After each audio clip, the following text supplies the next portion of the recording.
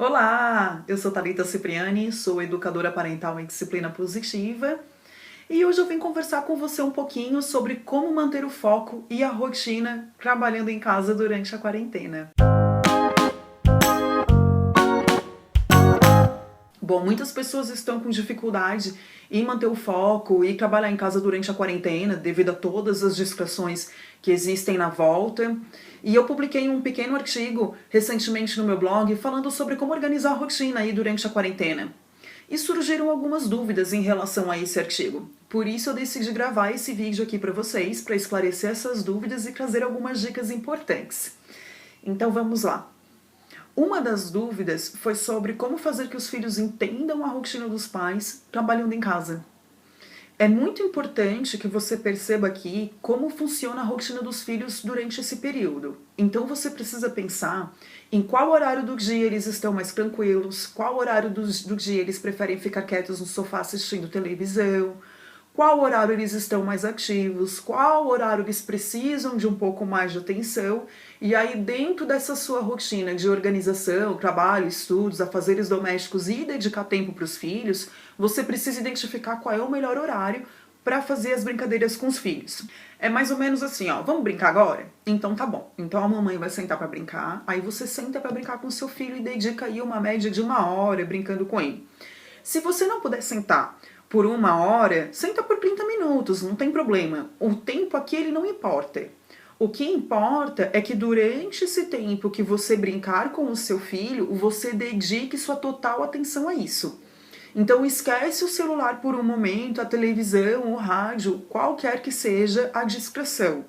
Você precisa focar neste momento que você está vivendo com o seu filho. Então, se você vai brincar com a sua atenção plena voltada para aquele momento.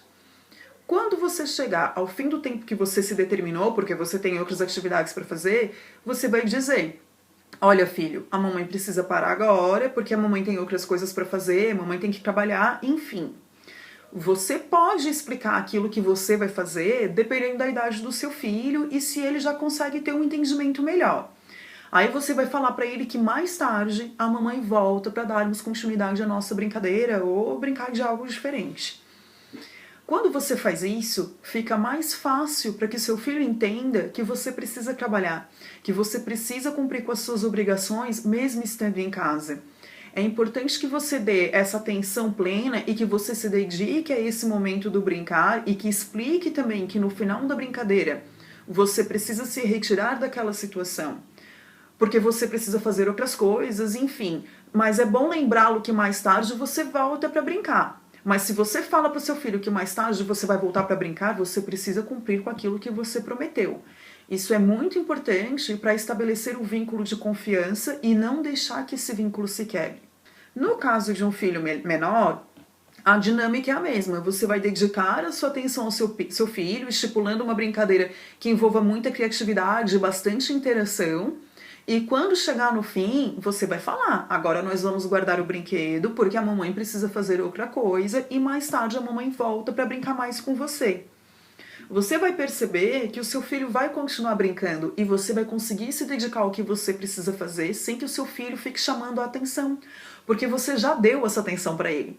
Então, quando você se comunica com o seu filho, fica muito mais fácil para que ele entenda e aceite aquilo que você precisa fazer. Mesmo sabendo que você está em casa, ele não vai ficar insistindo por atenção ou chamando o tempo inteiro, porque você já se dedicou a ele. Por isso que é importante que você identifique qual o momento do dia que o seu filho precisa mais de atenção. Assim você vai organizar a sua rotina de acordo com a demanda e com as necessidades dele, tá bom? Em relação a como organizar o tempo, porque algumas pessoas têm um pouco de dificuldade em manter o foco trabalhando em casa, né? Já que tem muitas distrações quando a gente faz home office, tem o barulho dos filhos, tem o celular, a televisão. Eu uso muito a técnica do Pomodoro. Eu sempre fiz home office. Eu não estou fazendo home office apenas porque eu estou em distanciamento social. Isso é algo que eu faço há muito tempo. Inclusive a minha filha, que tem TDAH e dislexia, ela usou durante muito tempo a técnica do Pomodoro para conseguir manter o foco nas atividades em que ela precisa realizar. Hoje ela já não usa mais a técnica porque ela já conseguiu entender como funciona a dinâmica e isso já virou uma rotina na vida dela. Então vamos lá, como é que funciona a técnica do Pomodoro? Você vai colocar o timer do seu celular ou o alarme para despertar em 25 minutos. Durante esses 25 minutos, você vai dedicar toda a sua atenção para aquela realidade que você está realizando.